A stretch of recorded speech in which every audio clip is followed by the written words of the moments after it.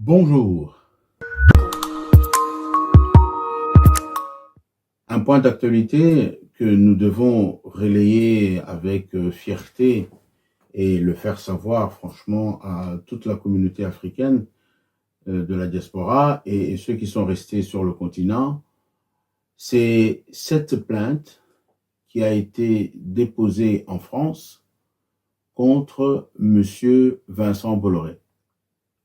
Cette plainte vise Monsieur Vincent Bolloré. Pourquoi? Parce qu'il est soupçonné de recel, de blanchiment et surtout de corruption. Monsieur Bolloré, lorsqu'il travaillait en Afrique, nous savons que c'est un grand industriel français. Je ne sais pas si on peut vraiment appeler ça industriel, grand industriel. On verra la suite des événements. Mais en tout cas, ce monsieur a bien profité de la naïveté et de l'état d'esprit de nos dirigeants, des dirigeants africains corrompus, pour s'en mettre plein les poches, et lui et la famille de ces dirigeants africains. Nous savons qu'il y a des procès, des biens mal acquis qui ont été initiés en France. Mais ici, Cocorico, pourquoi? Parce que cette plainte vient des organisations africaines, notamment du pays comme le Cameroun, la Côte d'Ivoire, le Ghana, la Guinée et le Togo. Ils se sont mis ensemble pour avancer sur ce dossier. Et ici en Europe, en tout cas, ça fait la une des journaux, et nous aimerions que nos compatriotes soient au courant de cela. Parce que l'Afrique se réveille, et se réveille de la bonne manière, avec l'intelligence et le combat.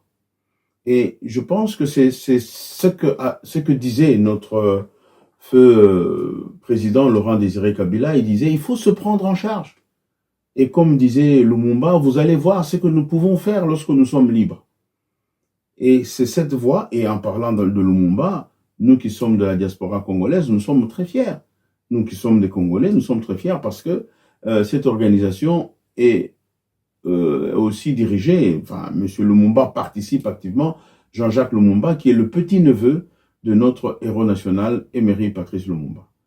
Donc, M. Bolloré ne peut plus faire ce qu'il faisait dans le temps, composer avec la naïveté de certains dirigeants, et s'il est condamné, ça peut servir aussi de jurisprudence pour toutes les autres organisations, pour des Chinois aussi qui arrivent et qu'on ne sait pas encore certains comment est-ce qu'ils se comportent. On risque de se retrouver trop tard, qu'on a été lésé. Donc voilà, suivons cette actualité avec beaucoup d'importance et n'hésitez pas, si vous avez des nouvelles informations, likez sur Congo Link TV et nous allons relayer l'information.